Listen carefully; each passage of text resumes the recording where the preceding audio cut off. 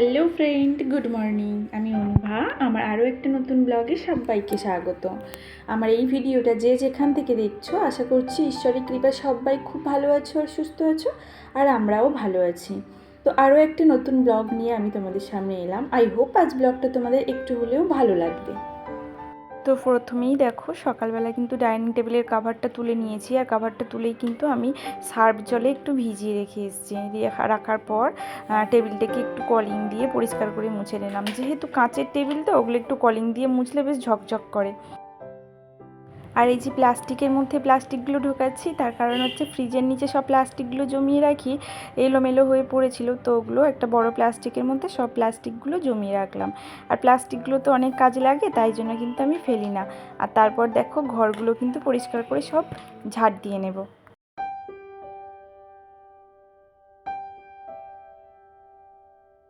আজকে রান্না পুজো, আর আমার তরফ থেকে রান্না পুজোর অনেক অনেক শুভেচ্ছা আমার সমস্ত ভাই বোন দিদিদেরকে। তো রান্না পুজো মানে হয়তো অনেকে জানবে আর অনেকেই জানবে না। যারা জানো তারা তো খুব ভালো করেই জানো যে রান্না পুজোর দিন কতটা খাটনি থাকে, আর সব কিছু পরিষ্কার করা, সব কিছু কত পরিষ্কার করে করলে তারপর রান্না পুজো কিন্তু করা যায়। যদিও আমি পুজোটা করি না, আমার শাশুড়ি মাই করবেন পুজোটা, তাও আমার তো পরিষ্কার করতে হবে না, যেহেতু আমার রান্না পুজো আছে। তো আর যারা জানো না তাদেরকে বলি, রান্না পুজো হলো রান্না ভাত, মানে রাত্রে রান্না করে তারপরের দিন কিন্তু সবাই পান্তা ভাত খাবে। অনেকে যারা পুজো করে তাদেরকে কিন্তু ওই রান্না ভাতটা আগে তুলে নিয়ে সেই ভাতটাকে পুজো করা হয়। আর ঘর দুয়ার, রান্নাঘর, এগুলো সব কিন্তু খুব পরিষ্কার পরিচ্ছন্ন করতে হয়। ঘরগুলো সব ঝাড় দেওয়ার পর কিন্তু সব পরিষ্কার করে মুছে নিচ্ছি। কালকে রাত্রে আমার ভালো করে ঘুম হয়নি, প্রায় 3টে পর্যন্ত রাত্রে জেগেছিলাম, আর উঠেছিও সকাল ওই 7:30 নাগাদ। তো ঘুমটা ঠিকঠাক হয়নি, ওই জন্য কাজেরও এনার্জি সেইভাবে আমি পাচ্ছি না। কিন্তু কাজ তো আর বসে থাকলে তো আর হবে না, যেহেতু আজ রান্না পুজো, সব কিছুই কিন্তু করতে হবে, শরীর অসুস্থ হলেও করতে হবে। আর আমাদের সংসারের কাজগুলো কিন্তু চলমান প্রক্রিয়া, যা ধীরে ধীরে অভ্যাসে পরিণত হয়। এই যেমন দেখো, আমারও অভ্যাস হয়ে গেছে কাজ করতে করতে। আগে তো একদম কিছুই করতে পারতাম না, আর করতামও না আমি সেইভাবে কাজ। আর এই কাজের জন্য আমার শ্বশুরবাড়িতে অনেক প্রবলেম ক্রিয়েট হয়েছে, অনেক ঝামেলা ঝঞ্ঝাট হয়েছে এই কাজের জন্য।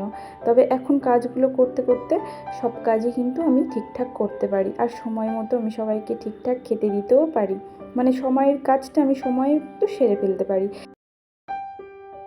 আমার মতো যারা ইউটিউবে ভিডিও করো, তারা কিন্তু নিশ্চয়ই জানবে যে তাড়াহুড়ো করে যে কোনো কাজ করার সময় কিন্তু সবসময় ফোন নিয়ে ভিডিও করতে গেলে কাজেরও অনেকটা দেরি হয়, আর ভিডিওটা কিন্তু ঠিকঠাক হয় না। তো যাই হোক, দেখো এদিকে কিছু জামা কাপড় কেচেছিলাম, সেইগুলোই মেলে দিয়ে গেলাম, আর আগে কিছু কেচে মেলা ছিল সেইগুলো তুলে নিয়ে গেলাম। আর তারপর কিছু পাপোশগুলো ধুয়েছিলাম না, ওগুলো শুকায়নি ঠিক মতো, সেইগুলো আবার ভালো করে রোদ্রে দিয়ে দিলাম। আর এদিকে দেখো, ছাদে সব নিয়ে চলে এসেছি, এই কাজগুলো আমার জন্য এখনও অপেক্ষা করছিল। তো এগুলো ছাদে নিয়ে এসেছি পরিষ্কার করে মাজার জন্য। আসলে কি বলো তো, আমার রান্নাঘরের বেসিনটা একটু ছোট, যেখানে কিন্তু সব পরিষ্কার করে মাজা যায় না, যার জন্য কি ছাদে নিয়ে এসেছি। আর ছাদে আজকে অসম্ভব রোদ ছিল, খুবই কষ্ট হচ্ছিল, তাও ছাদে নিয়ে বসে বসে সব মেজে নিলাম। আর বোতলগুলোও পরিষ্কার করে নেব। বোতলগুলো আগে স্কচ ব্রাইট আর সাবান দিয়ে না একটু ভিজিয়ে রাখবো, তারপর কিন্তু বোতলগুলো পরিষ্কার করব।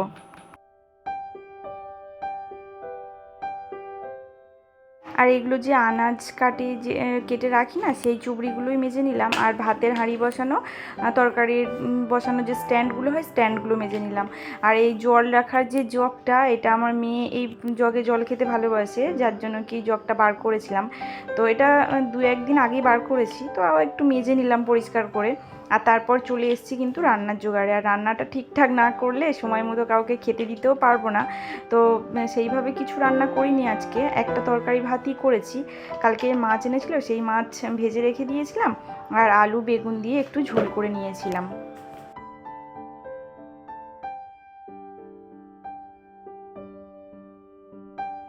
তো দেখো, এদিকে কিন্তু আমার তরকারিটাও হয়ে গেছিলো। যেহেতু একটা তরকারি ভাত আর আমি সব জোগাড় করে রেখে গেছিলাম, সেহেতু আমার বেশি টাইম নেয়নি রান্নাটা হতে। তো এদিকে রান্নাটা হয়ে যাওয়ার পর গ্যাসের যে উনুনগুলো, সেগুলো কিন্তু খুলে খুলে বেসিনে সব রেখে দিচ্ছি, তারপরে কিন্তু পুরোপুরি ডিপ ক্লিনিংটা করব। যে কোনো জিনিস দেখবি যত্নের উপরে না অনেক কিছুই নির্ভর করে। আমার এই গ্যাসটা আমার সঙ্গে কিন্তু 8 বছর আছে, আর এটাকে যত্নে রাখি বলে কিন্তু আমার গ্যাসটা এখনও আমাকে সঙ্গ দিয়ে যাচ্ছে। আর আমি তো যেভাবে ডিপ ক্লিনিং করি, তোমরা তো সবাই জানো যে আমি কীভাবে ডিপ ক্লিনিং করি। ওই যে স্কচ ব্রাইট আর বাসন মাজা সাবান দিয়ে কিন্তু পুরো পরিষ্কার করে রান্নাঘরের সমস্ত সব কিছু আমি মেজে নেব। আগে নেওয়ার পর একটা জল কাপড় দিয়ে ভালোভাবে পরিষ্কার করে মুছে নেব। মুছে নেওয়ার পর আবার একটা শুকনো কাপড় দিয়ে কিন্তু মুছে নেব। আর আমি জল কাপড় দিয়ে না এই রান্নাঘরে মুছার পর রেখে দিতে পারি না, মানে জল কাপড় দিয়ে মুছলে একটা জলের চোপ চোপ একটা দাগ থাকে, ওই জন্য শুকনো কাপড় দিয়ে মুছে নিলে কি হয়, সেই দাগটা উঠে যায় আর দেখতেও বেশ পরিষ্কার লাগে। কিন্তু আজকে ভিডিওটা একটু অন্যরকম হয়েছে, তো আশা করব তোমরা পুরোপুরি ভিডিওটা দেখবে। আর যদি এই ভিডিওটার মধ্যে তোমাদের কিছু ভালো লেগে থাকে তো প্লিজ একটা করে লাইক দিয়ে যেও, আর চাইলে আমার চ্যানেলকে সাবস্ক্রাইব করে আমার পাশে থাকতে পারো। আর তোমাদের এক একটা লাইক কিন্তু আমার ভিডিও করার জন্য অনেকটাই উৎসাহ জাগায়। আমি একজন মধ্যবিত্ত পরিবারের সাধারণ একটা গৃহবধূ, আর আমার এই সাধারণ কাজকর্মগুলো আমি তোমাদেরকে ছোট্ট ছোট্ট ভিডিওর মাধ্যমে কিন্তু শেয়ার করে থাকি। আর আমার ভিডিও যদি তোমাদের একটু হলেও ভালো লাগে তো চাইলে আমার চ্যানেলকে সাবস্ক্রাইব করে আমার পাশে থেকে যেও। রান্নাঘরটাকে ডিপ ক্লিনিং হয়ে গেছে, তারপর রান্নার যে বাসনগুলো পড়েছে, মানে আজকের ওই একটা তরকারি ভাতই করেছি, কেন কি আজকে আর সময় নেই। যা হোক একটা তরকারি ভাত খেয়ে কিন্তু আর অন্যান্য অনেক কাজ আছে যেগুলো আমাকে করতে হবে। তো তার জন্য রান্না হয়ে যাওয়ার পরে রান্নার বাসনগুলো একটু মেজে ঘষে নিচ্ছি।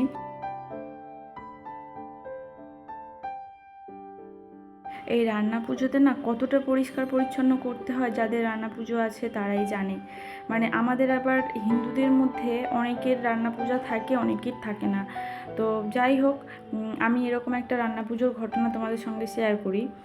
আমাদের মানে এখানে একজনের বাড়িতে মানে কি হয়েছিল আমি ঠিক বলতে পারবো না। রান্না পুজোর দিনকে রান্না করে যে পান্তা পুজো করা হয় আর কি, তো পান্তা করে রেখে দিয়েছে, তার উপরে কিন্তু সাপ, মানে একটা ওই যে কি বলে পদ্ম কেউটো সাপ কিন্তু এক ফনা তুলে ভাতের হাঁড়িটা পুরো জড়িয়ে মাথা উঁচু করে আছে। তো তারপরে থেকে কিন্তু তাদের বাড়িতে রান্না পুজোটা উঠে গেছে। তার কারণ হচ্ছে তারা মানে রান্না পুজোয় কিছু ভুল ভ্রান্তি করেছিল, আর ভুল ভ্রান্তি হলেই কিন্তু রান্না পুজো উঠে যায়, রান্না পুজো থাকবে না। আর এই ভুল ভ্রান্তিগুলো হয় তার কারণ হচ্ছে কোনো এঁঠো সৌরি না মানলে, বা কোনো নোংরা করে কোনো কাজ করলে, বা রান্না করতে করতে কোনো জিনিস মানে তোমার এঁঠো মুখে যদি রান্নাবান্না করা যায়, যার জন্য কিন্তু এই ভুল ভ্রান্তিগুলো হয়। তো তাই জন্য রান্না পুজোটা অনেক কুটকাছালি, অনেক পরিষ্কার পরিচ্ছন্ন করতে হয়। আর রান্না পুজো আমার এই শ্বশুর বাড়িতেই আছে, আমার বাপের বাড়িতে কিন্তু ছিল না, তাই আমি মানে ঠিকঠাকভাবে এখনও কোনো দিন পুজো করিনি আমার শ্বশুর বাড়িতে। এখনও পর্যন্ত আমার শাশুড়ি মা পুজো করে এসেছেন। তো রান্না পুজোটা কিভাবে কি করতে হয় আমি অতটাও জানি না, শুধু জানি যে খুবই পরিষ্কার পরিচ্ছন্ন করতে হয়। তো সেটাইকে কি আমি পরিষ্কার পরিচ্ছন্ন করার চেষ্টা করছি। তো এদিকে দেখো রান্নাঘরে আমার সমস্ত প্রায় বাসন টাসন মেজে রান্নার সমস্ত সব কিছু মাজা ঘষা হয়ে গেছিলো। তো হওয়ার পর কিন্তু এদিকে আমি রান্নাঘরটা আর একটু পরিষ্কার করে সব মুছে মাজে নেব। এদিকে যে মশলা রাখি, সেই মশলা রাখার যে ড্রয়ারটা সেটা মুছে নিলাম, আর বাসন রাখার ড্রয়ারটাও মুছে নেওয়ার পর এদিকে কিন্তু আমি রান্নাঘরটা পরিষ্কার করে মুছে নিচ্ছি। আর আজ ভিডিওটা কিন্তু আমি এই পর্যন্তই শেষ করব। দেখা হচ্ছে পরের ভিডিওতে। ততক্ষণ তোমরা সবাই খুব ভালো থেকো আর সুস্থ থেকো। সবাইকে টাটা।